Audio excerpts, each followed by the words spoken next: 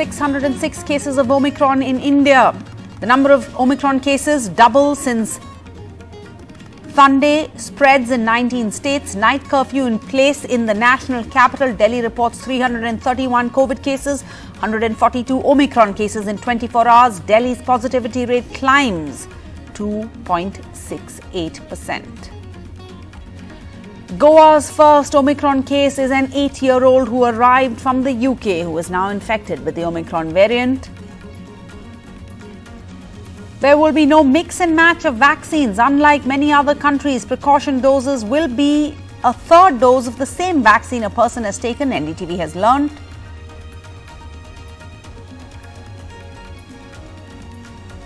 Vaccinations to be ramped up in states where elections are going to be held. The government says after a review meeting, strict enforcement of COVID-appropriate behaviour and testing to be exponentially accelerated. This amidst the court's demand that elections be pushed back in view of the threat of the highly contagious Omicron strain.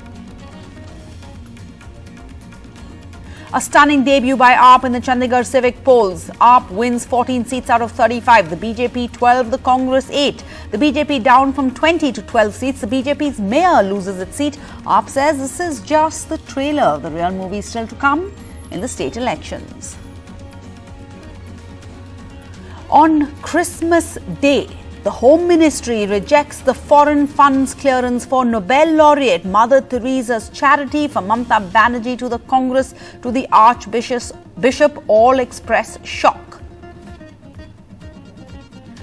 The UP businessman Piyush Jain, who hoarded over 200 crores, rides a scooter. Officials found 194 crore in cash, 23 kgs in gold at his home and factory in Kannauj. And from Kedarnath to Pahalgam, the season's first snowfall is here.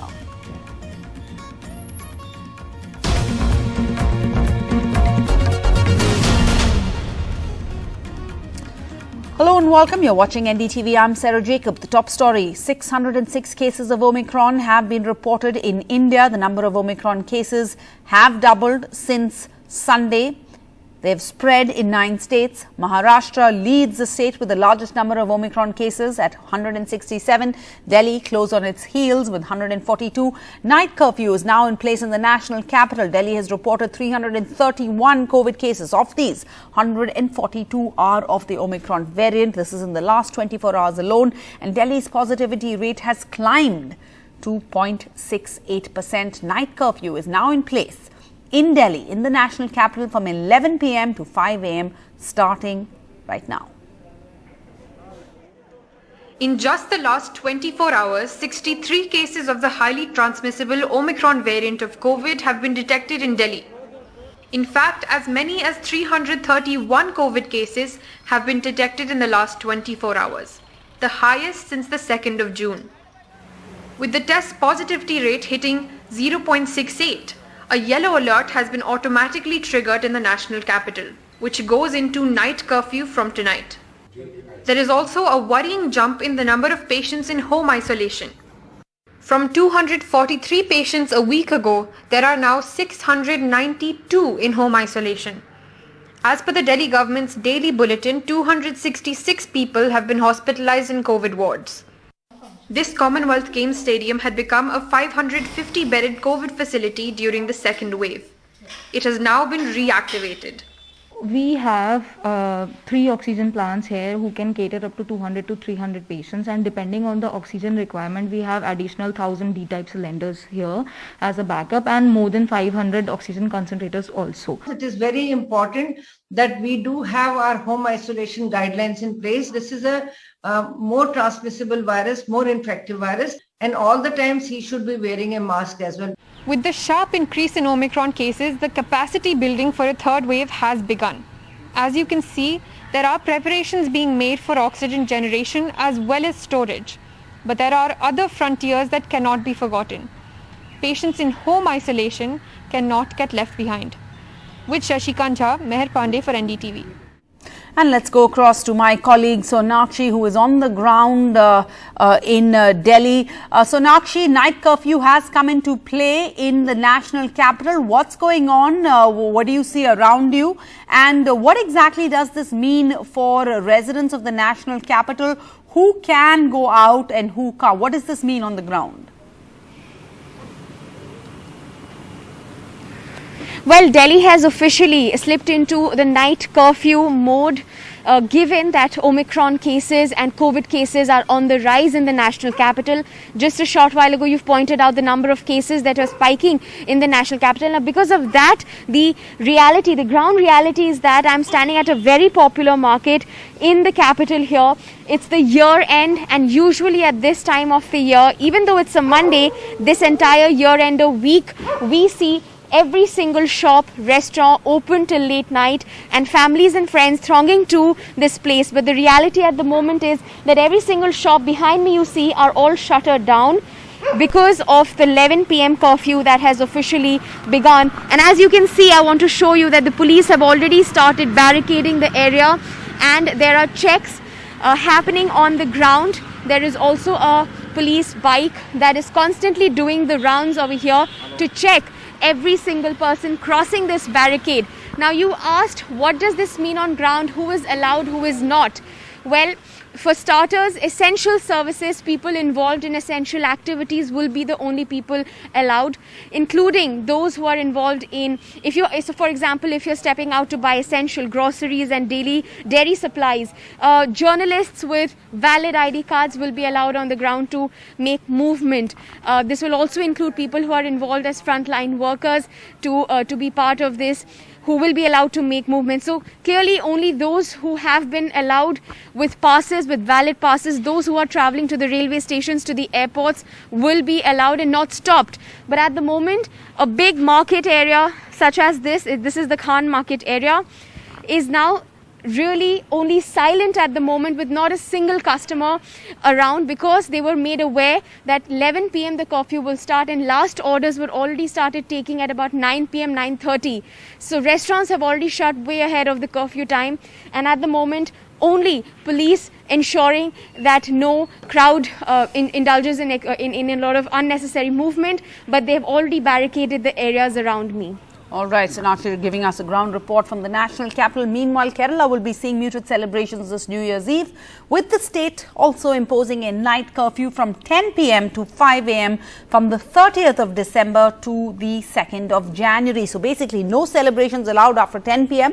on the 31st, that is New Year's Eve. This is according to the new guidelines. The decision was taken at a COVID review meeting.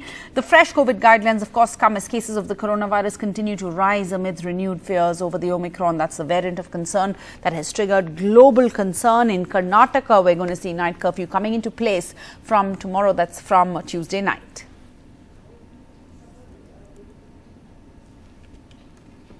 Night curfew is set to begin in Kerala from 30th of December till 2nd of January. And apart from this, there are also other restrictions. Hotels to continue with 50% of seating alone. 31st December, no New Year celebrations after 10 p.m.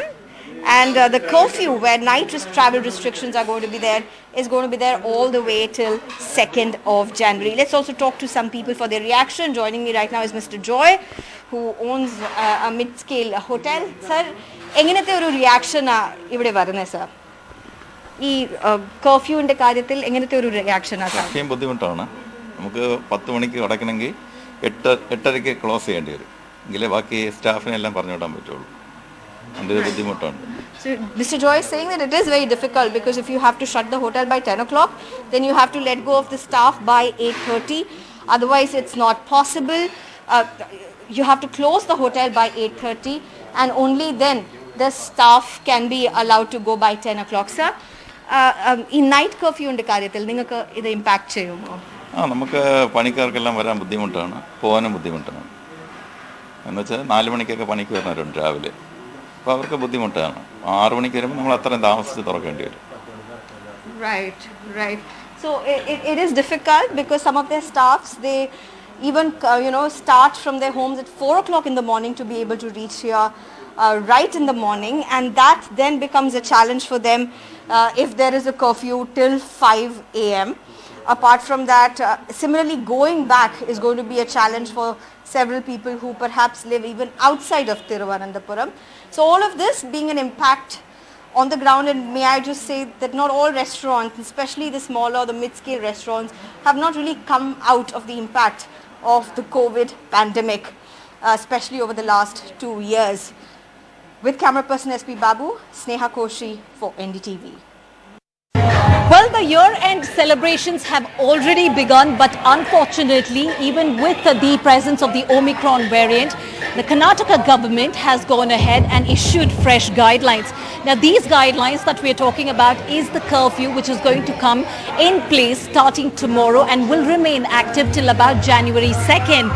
And that is going to be from just when the nightlife begins at Bengaluru, which is at 10 p.m. till about 5 a.m. in the morning. So let me go across to a couple of, in fact, youngsters, if I could call. I hope you've seen the new guidelines that's come in. Now, what's your opinion? What do you think? Do you believe that's harsh? Do you think it's dampening your spirit of the new year? Absolutely not. I think prevention is better than cure. So I think it's a first step. As we've seen in the first and second lockdown, I think night curfews are better. Let me go across to Jesna here.